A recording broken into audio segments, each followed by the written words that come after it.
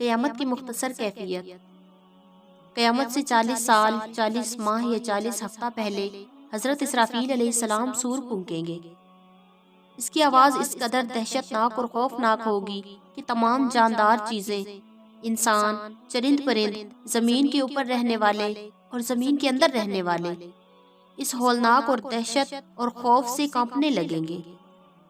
بدن پر لرزہ اور کپکپی طاری ہو جائے گی، چہروں کے رنگ پھک ہو جائیں گے، دلوں کی حرکت انتہائی تیز ہو جائے گی، آنکھیں اندر کو بیٹھ جائیں گی، اور اسی حالت پر سب کو موت آ جائے گی۔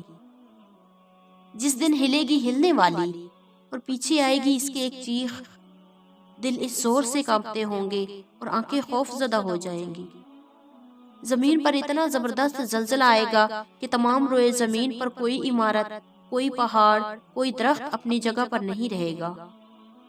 زمین کی بلندیاں اور پستیاں نشیب و فراز ایک سا ہو کر برابر ہو جائیں گی۔ آسمان پھٹ کر بے جان جسم کی طرح ہو جائے گا۔ سورج اور چاند ستارے ٹوٹ کر گدلے ہو جائیں گے۔ دریاؤں میں آگ لگا دی جائے گی۔ انسان پتنگوں کی طرح ہوا میں اڑتے ہوئے نظر آئیں گے۔ غرض کے آسمان زمین میں ایسا تغیر اور تبدل آئے گا جو اس سے پہلے کبھی خیال میں بھی نہیں آیا، اور موجودہ تمام نظام درہم برہم کر دیا جائے گا۔ نہ کوئی پہاڑ رہے گا، نہ کوئی درخت، نہ یہ چشمے، نہ کوئی بسنے والا انسان۔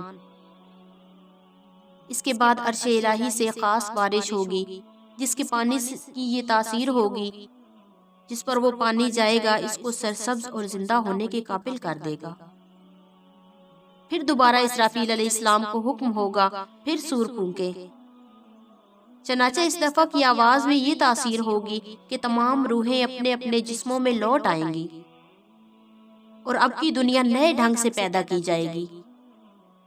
تیرے ہاتھ میں اختیار ہے بے شک اللہ، تو ہر چیز پر پوری قدرت رکھنے والا ہے۔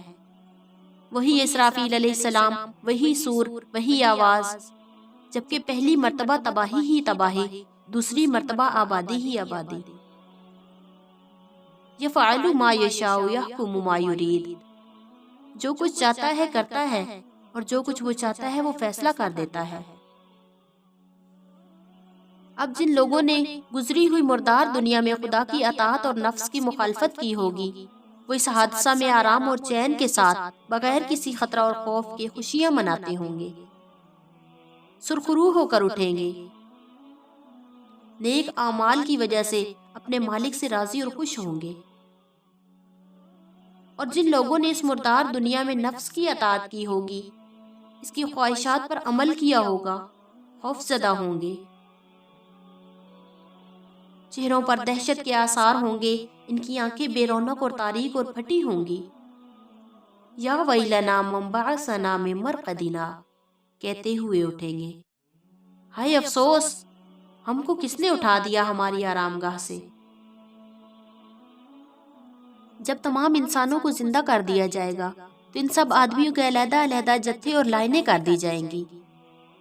یہودیوں کی الگ لائن، نصارہ کی الگ لائن، مشرکین کی الگ، جبکہ مسلمانوں کی الگ لائنیں بنا دی جائیں گی، اور پھر پیغمبر علیہ السلام کی ہر جماعت میں نیکوکاروں کو الگ اور بدوں کو الگ کر دیا جائے گا، نمازیوں اور روزے داروں کو الگ الگ کر دیا جائے گا، حرام کاروں کو جدا، شرابیوں کو جدا، چوروں کو الگ اور ڈاکوؤں کو الگ، غرض کے ہر قسم کے لوگوں کو جدا جدا لائنوں میں ترتیب دے کر کھڑا کر دیا جائے گا، اور اسی ترتیب اور نظام کے ساتھ اللہ کی پولیس یعنی اس کے فرشتے عدالت میں پیش کریں گے۔ یوم ینفخ فی الصور فتأتون افواجا، اس کے بعد آسمان کھولا جائے گا تاکہ فرشتے انسانوں کے روزنامچے اور اعمال نامے وہاں لے کر اتریں اور ظاہر ہوں۔ وفتحت السماء فکانت ابوابا، اور یہ آسمان دراڑیں بن جائے گا، اور یہی دراڑیں جنت کے راستے بنیں گے۔ علماء نے آسمان کے پھٹنے کا سبب یہ لکھا ہے کہ عرش الہی پر خدا تعالیٰ خاص تجلی ڈالیں گے، جس کے باعث وہ نیچے کو سرکے گا، اور اس کے صدمہ اور ٹکر سے آسمان پھٹ جائے گا۔ اب یہ فرشتے ان اعمال ناموں کو لوگوں کے حوالہ کریں گے جنہوں نے مردہ دنیا میں یہ اعمال کیے تھے، اور ان اعمال ناموں کے حوالہ کرنے کی یہ ترتیب ہوگی کہ فرما برداروں کو داہنی طرف جبکہ نافرمانوں کو ان کی بائیں ہاتھ میں نامہ اعمال دیا جائے گا۔ اللہ اعلم۔